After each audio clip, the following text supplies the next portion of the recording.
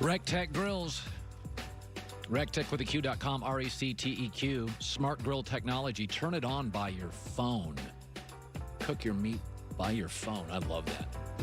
You know, we're gloating a little bit today in Los Angeles. Dodgers and the Lakers, the Rams are good. We get a little gloat. We're not going crazy on this. A little LA-centric today. Congrats to the Dodgers, who have been built the right way, overwhelmingly through their farm system, occasionally dabbled in the big dollars with Clayton Kershaw or Mookie Betts, but they have an incredibly enriched farm system, which allows them to go out and trade for Mookie Betts, and they did it the right way. In the city of Los Angeles, where a lot of people have lived through the heartbreak of 7 or 8 years, it's very much like the Atlanta Braves. You know, they had that Smoltz, John Smoltz and your Chipper Jones, and you were so good for so long, and you kept getting it. Then you win one, and it feels different. It's different. Like sometimes, you know, we've said this, in baseball, the Yankees have bought some championships. Sometimes in the NBA, LeBron AD, you buy a championship. But when it's your guys, it's your farm team, you have maybe one other guy you bring in. Because everybody has, you know, somebody not from their organization, but it felt like a real thing last night. When you suffer a little bit, you appreciate it more. Absolutely. That's right. I mean, making it to the World Series and, you know, winning your division every year is not really suffering, but again, you're in Los Angeles, you have championship expectations. That's right. Eric Dickerson, the Hall of Famer, 11 years in the NFL. When he retired, he was the number 2 running back rusher in the history of the National Football League, and he now joins me live. Rams at the Dolphins Sunday on Fox. Actually a fascinating game because the Rams are coming off a big Monday night game, a short week, travel cross-country. Here comes Tua. And Eric, we know you're a Ram. You love the Rams. But they're a fascinating team. We mostly know, Eric, who the bad teams are and who the good teams are. And we just found out the Bears were a fraud, even though they had a winning team record. And there's a lot of people around the country that don't buy the Rams. I didn't last year. I do this year. I think their offensive line play has been better than I thought. You're Mr. Ram. Do you know what they are? Do you buy them? Well, let's say this. One thing is, yeah, I'm the Ram ambassador, but I tell it like it is. You know, that's my thing. And you know, at first I just wasn't sure, and I'm still a little unsure about them. You know, like when I look at last week's game where they got beat down in San Francisco, it was embarrassing. They really got manhandled, and I think that's because when you're in your conference, you play a team twice a year. They pretty much know you, yep. and that just happens.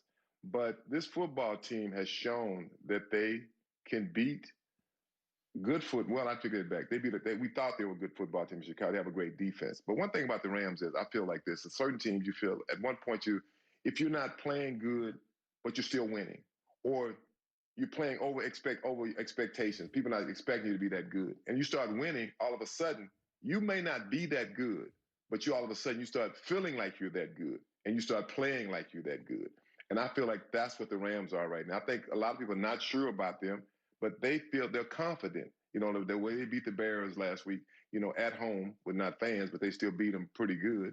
And that's a confidence builder. Now you're going into Miami to play the Dolphins. The Dolphins are a team to me that always plays hard. They might not win, but they're going to play you down to the wire. They're coming in with a young quarterback, Tua, unsure about him.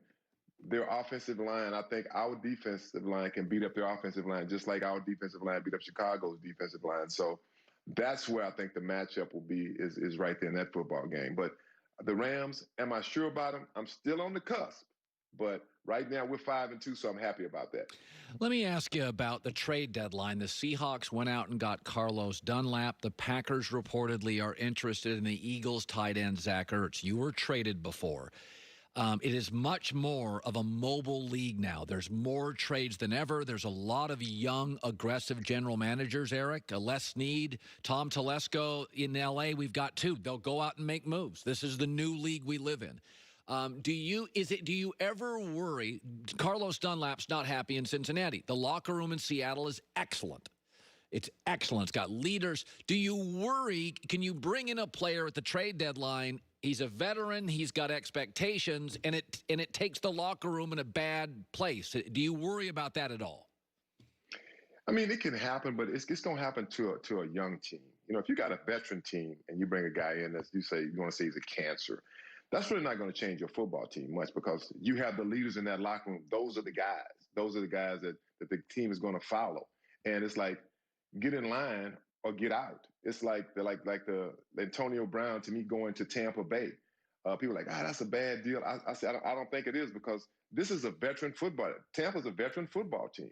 You bring in a guy who's had some problems, and this could be his last stop. So when you bring a guy in, you feel like if it's a bunch of young players, a bunch of 22, 23, 24-year-olds, and you have maybe one or two veterans, it could be a problem. But when you have a seasoned team with a good locker room, you don't worry about that guy. Yeah.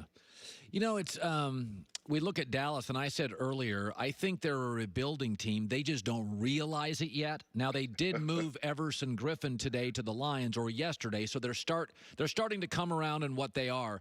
When you're in the NFL and you played 5 years for the Rams, 5 for the Colts, then 1 each for the Falcons and Raiders, do players know? Do you think, like, were you ever on a team and you thought to yourself, listen, man, this is a rebuilding team. Like, we got to get rid of a couple of good players and get draft picks. How does that sit with a player, like if you're a Dallas Cowboy and you start moving people, are you signaling to the locker room, nobody buys it? We're just this, what's the point? Like, can it just dovetail the season? Oh, most definitely. It really can. I'll say this much here. When I went from the Rams to the Colts, that was a whole different locker room. And you felt it right away. One thing about being on the Rams, we were a very close-knit football team. We had a bunch of leaders in that locker room. You had the Jack Youngbloods, the Jackie Slaters, the Leroy Irvings, you and Vince Ferragamo. You had real leaders in that locker room. You go to another team, and then all of a sudden, here's the jealousy. And it really is jealousy. It's almost like a bunch of girls fighting. He's getting too much press. This guy, he's making too much money. And I'm serious, Colin. That's just how it is. And I had never been on a team that was more divided because of your names in the paper or the money you make in my life. And the thing is, when other players say it, it becomes a real problem. So most definitely, certain things you go to certain teams, and it's just, you feel it as soon as you walk in, like, man, this is not what I'm used to. And you hate to be there, but you have a job to do. That's what it comes down to. I'm here to play football. I'm here to do my job. You, more than anybody, as we listen to you, you know the value of landing in a good organization. You just said, I was in a good one, went to a bad one. If you're Trevor Lawrence's agent, he doesn't need New York. He could stay in college. The Jets are a mess. What would you tell Trevor Lawrence if the Jets are the team, they have the #1 pick, and you represent him, and he's already been dominant at college? What would you tell him? Man, I'll tell him maybe go back to college. Oh, you know what?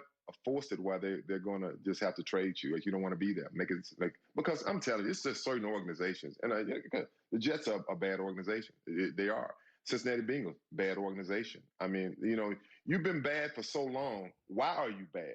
The Cleveland Browns, bad organization. They're trying to fight their way out of it. But it's certain teams that are bad, but you're bad for a reason. I mean, you really are. It's just not about the players. It starts at the top, and it works its way down. It's the drafting. It's the decisions you make, the players you keep, the players you don't draft. You move up to get somebody like, why did we take him? We didn't need a quarterback. We needed offensive linemen. I mean, so it's a lot of moving parts there, but most definitely, if he goes to the Jets, man, it's certain players that the team you went to makes your career. It really does. Yeah. And you go to another team, your career is not the same. Yeah. I always say, if you put Tom Brady in Cleveland for his whole career, in Cincinnati, he's not the Tom Brady that we know right now. Joe Montana, if you put him in Cleveland or Cincinnati, he's not the Joe Montana. That's just how it is. It's certain organizations that they breed winning. They know how to win. And certain organizations that know how to lose, and that's all they know. Finally, Eric Dickerson, the Hall of Famer.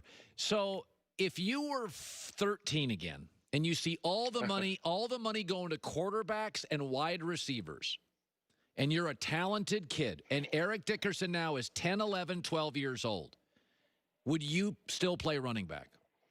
What makes that a great question? My son is 8 years old, and he loves running the football. He plays running back. He loves that.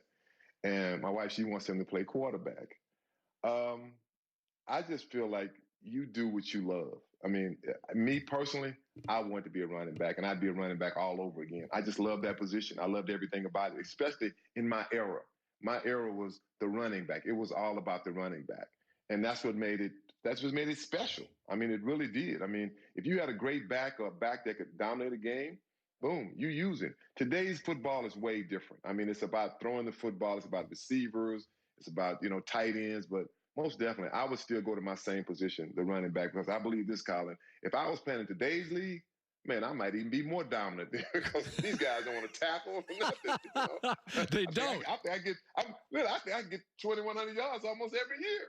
That's funny. So your son's mom wants him to play quarterback. Yes, he wants him to play quarterback, but he loves running. He is so fast. And I'm not saying my son's gonna play football, nothing like that. I'm not that dad. But man, he's fast and he can cut. He can do things. I see him do things that I didn't do when I was his age, and I'm like, I just think he's gonna be a great athlete. If given a chance. Well, send me the tape. I'll pass it around. All right, there you go. I'll send you the tape. Okay. Eric Dickerson, good Pro Football Hall of Fame. Good. Thanks for coming on the show. Thanks. All right. You get to wear your jersey today. After your team wins a championship, you get to wear a Dodger jersey today. That's okay. I always said, I'm not a jersey-wearing guy, but you get to wear it Sunday. If you go to the stadium, you got to wear the jersey. Just can't wear it on Tuesday to work. There's certain places it's acceptable. Yeah, if your team wins a championship, you get to wear your jersey for a day, and you get to wear it on game day. You can't wear it in a date. You can't wear it on Tuesday at work. But today in Los Angeles, you got to wear your Dodger hat. I'll go to the car wash today. There'll be Dodger hats everywhere. Are they going to be on backwards? No, not if they're winners. Joy Taylor with the news. No. Turn on the news. This is the Herd